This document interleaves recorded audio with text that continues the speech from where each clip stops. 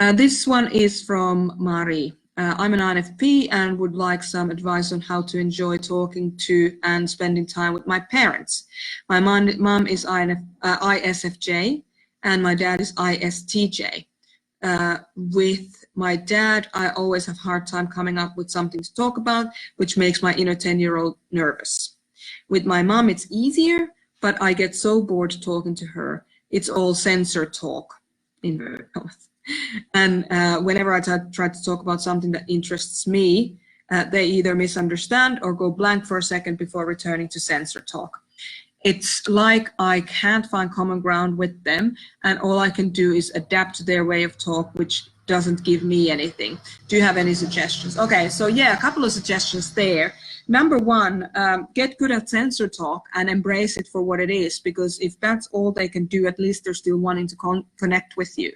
Okay, so that's number one, because they are both censors, they are both inward facing, and in fact, you know, they both have the inward facing censor, which is your 10-year-old as an INFP.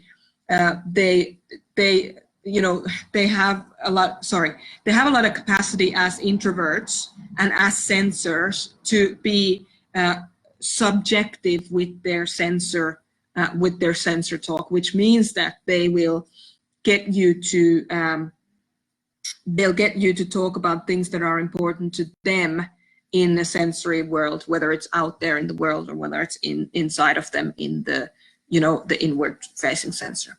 So, but it's still in their top two, so it's still in their grown up parts of them. So as an INFP,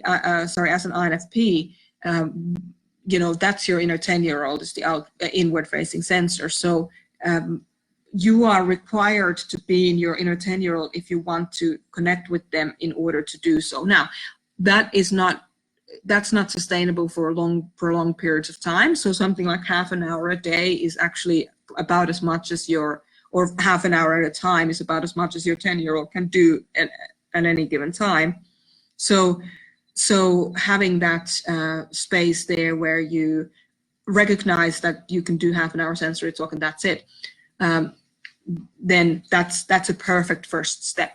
The second thing I'd like to talk to you about is, because you're likely to want to have intuitive conversations because that's in your top two, remember that these people, according to how much personal development they've done, they might be able to hold an intuitive conversation with you for 5 minutes or 15 minutes or up to half an hour if they've done a lot of work. Now, if they haven't done a lot of work, it's just really glimpses that they're able to deal with.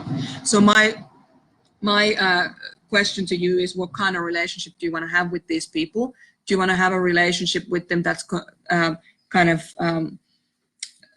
there's struggle all the time, that there's, you know, power struggle around who's right or who gets their needs be met or whatever, because when you're talking to people who don't share the same functions as you do, it's easy to say that they don't care about you, but they're just not able to use those functions. So if you need to feel cared for, then you need to go to people who have the similar capacity or who have the capacity to give you what you want. So trying to get your parents to give you what you need or what you want, you know, it may not be possible for them.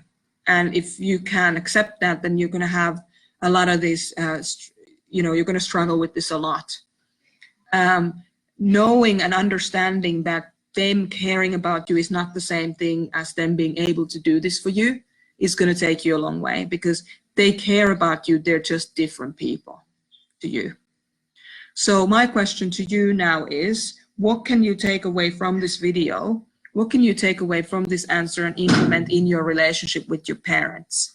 So for example, you know, do you want to have a really, you know, power struggle-y relationship with them? Do you want them to understand what you're saying? If you do, then you need to put it into sensory ways so that they can understand, because they can't collect information that they don't understand what it means. So you need to really like put it into, don't try to have intuitive conversations where people need to make intuitive leaps to keep up with you. Take a point and then put it across in a way that a sensor will understand it. And it may feel to you like you're having to, you know, spell it out for them. But so what? You know, these people are sensory people. If they're important to you, I think it's worth the time spelling it out for them so that they can understand where you're coming from. So my question to you then is, what kind of relationship do you want to have with these people? And secondly, what are you willing to put from your end onto the table to make that happen? So I hope that helps with that, Mari. Let me know how you go with that. And yeah, we'll take it from there. So thank you everyone for today's session. It's been great spending this time with you again. And yeah, we'll continue next week. You have a great week.